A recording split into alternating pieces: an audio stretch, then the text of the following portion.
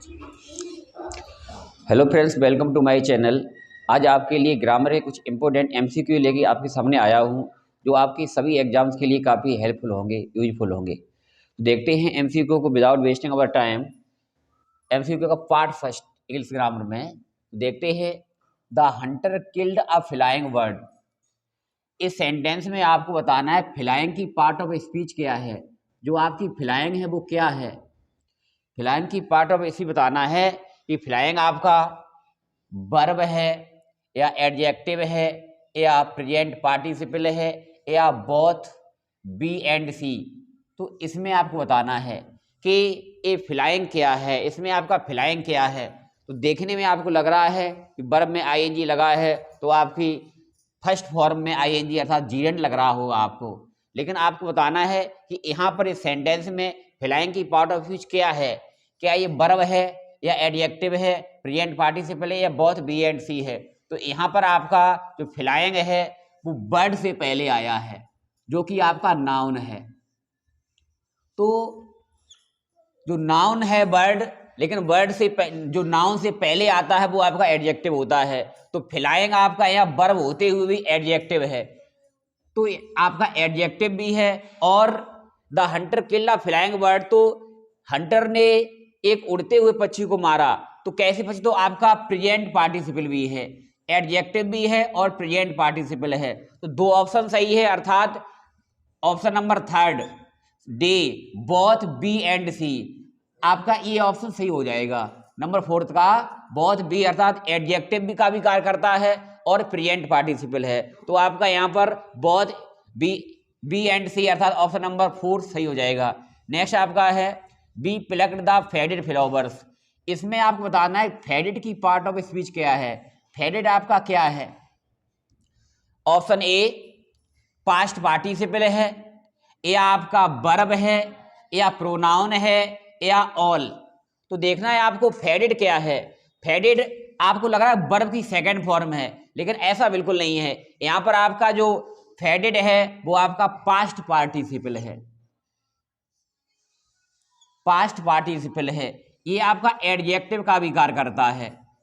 Next आपका है the boys always think positive. यहां पर आपको देखना है कि बाइज क्या है। क्या आपका एडजेक्टिव है या नाउन है या एडवर्ब है या नन ऑफ दीज, इनमें से एक भी नहीं है। तो देखना है आपको बाइज। तो जब किसी एडजेक्टिव से पहले आपका आर्टिकल द यूज होता है तो वो आपका एडजेक्टिव ना होकर के आपका नाउन बन जाता है। तो आपका ऑप्शन नंबर बी राइट है, B is the right option. Next आपका है सीता लाइक सिंगिंग। तो इसमें आपका सिंगिंग बताना है, सिंगिंग की पार्ट ऑफ स्पीच क्या है। सिंगिंग क्या आपका नाउन है या वर्ब है, इन्फिनिटिव है या पार्टिसिपल है। तो आपको देखना है यहाँ पर क्या है, सीता लाइक सिंगिंग। तो लाइक आपकी वर्ब है, उसके पहले जो सिंगिंग आया है वो आपका ऑब्जेक्ट का विकार करता है। वो जो ऑब्जेक्ट होता है वो नाउन होता है, तो यहाँ आपका नाउन है। वैसे तो आपका ये जीरेंड है, लेकिन ऑप्शन में आपका जीरेंड ऑप्शन है नहीं, तो जीरेंड आपका नाउन का विकार करता है। नेक्स्ट आपका है यू डू योर वर्क। बताना है इसमें आपका जो वर्क है उसकी पार्ट ऑफ स्पीच क्या है। क्या वर्क आपका वर्ब है या नाउन है या प्रोनाउन है या ऑल है। तो देखना इसमें क्या है।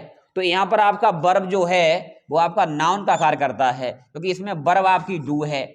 और आपका जो एयोर आया है, एयोर के बाद जो आपका एयोर आपका पजेसिव एडजेक्टिव है और उसके बाद एडजेक्टिव के बाद तुरंत ही नाउन आता है। तो वर्क यहाँ पर आपका नाउन है, अर्थात ऑप्शन नंबर जो बी है वो आपका राइट हो जाएगा। नेक्स्ट एग्जाम्पल है एक्सेप्ट यू ऑल पास। तुम्हारे सिवा सभी पास हो गए, उत्तीर्ण हो गए। तो इसमें बताना है आपको जो आपका एक्सेप्ट है वो आपका क्या है, ये इसकी पार्ट ऑफ स्पीच क्या है। क्या ये कंजक्शन है या प्रेपोजिशन है या नाउन है या नन ऑफ दीज है। तो एक्सेप्ट बताना आपका कंजक्शन है। तो क्या है कंजक्शन, प्रेपोजिशन, नाउन या नन।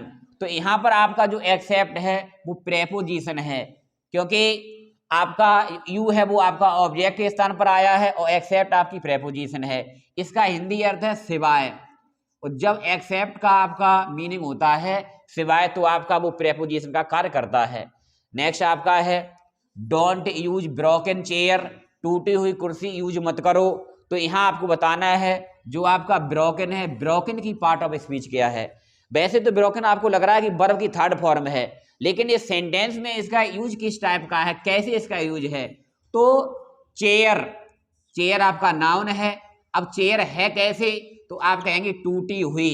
तो जो चेयर को क्वालिफाई करता है वो आपका एडजेक्टिव है। तो यहाँ पर आपका वर्ब भी नहीं है, आपका नाउन भी नहीं है, ऑल भी नहीं है, अर्थात आपका एडजेक्टिव है, क्योंकि ये चेयर को क्वालिफाई करता है। कैसी चेयर, तो आपका आंसर टूटी हुई चेयर, ब्रोकन चेयर, तो आपका एडजेक्टिव आंसर हो जाएगा। वर्ब होते हुए भी इस सेंटेंस आपका एडजेक्टिव का कार्य करता है। Next, she has done her work. यहाँ पर आपको बताना है हर की पार्ट ऑफ स्पीच क्या है। ये हर आपका क्या है, तो क्या ये प्रोनाउन है, एडजेक्टिव है, ऑब्जेक्ट है, या नन ऑफ दीज है। आपको देखना है यहाँ पर हर क्या है, तो हर के बाद ये आपका नाउन आया है, वर्क आपका नाउन है, और जो नाउन को क्वालिफाई करता है वो आपका जो एडजेक्टिव होता है। तो हर यहाँ पर आपका एडजेक्टिव है, वो भी पजेसिव एडजेक्टिव, पजेसिव एडजेक्टिव है, क्योंकि ये आपका जो वर्क से पहले आया है तो आपका एडजेक्टिव हो गया। नेक्स्ट आपका है can is a modal verb. Can एक मॉडल वर्ब होती है, लेकिन इस सेंटेंस में कैन की प्लेस ऑफ वैल्यू क्या है, कैन किस लेवल, किस कैसे यूज हुआ है, क्या इसका है, क्या ये नाउन है या मॉडल वर्ब है, प्रोनाउन है या ऑल है। तो देखना है आपको जो इज से पहले आया है, और इज से पहले जो सब्जेक्ट होता है वो नाउन का कार्य करता है। तो यहाँ आपका वैसे तो ये आपकी मॉडल वर्ब है, लेकिन can is a modal verb ये सेंटेंस में कैसे यूज हुई है, तो आपको कहना है ये नाउन है, क्योंकि आपके वर्ब से पहले आया, सब्जेक्ट के रूप में आपका नाउन हो गया है। नेक्स्ट आपका है वाटर इज लाइफ, पानी जीवन होता है। तो इसमें बताना है कि वाटर आपका क्या है, वाटर की पार्ट ऑफ स्पीच क्या है, क्या कॉमन नाउन है या मटेरियल नाउन है या प्रॉपर नाउन है या ऑल है। तो जब भी वाटर से कुछ बनने की बात होती है मटेरियल नाउन का, तो वो आपका बनने या निर्माण होने की बात होती है, तो वो आपका मटेरियल नाउन होता है। लेकिन जब उसी मटेरियल नाउन को कॉमन सेंस में प्रयोग करते हैं तो आपका वो वाटर या कुछ भी मटेरियल होता है तो आपका कॉमन नाउन हो जाता है। तो इसका आंसर आपका है कॉमन नाउन। यहाँ पर वाटर वैसे तो आपका मटेरियल नाउन है, लेकिन यहाँ पर आपका कॉमन सेंस में हुआ है, तो आपका ये कॉमन नाउन हो गया है।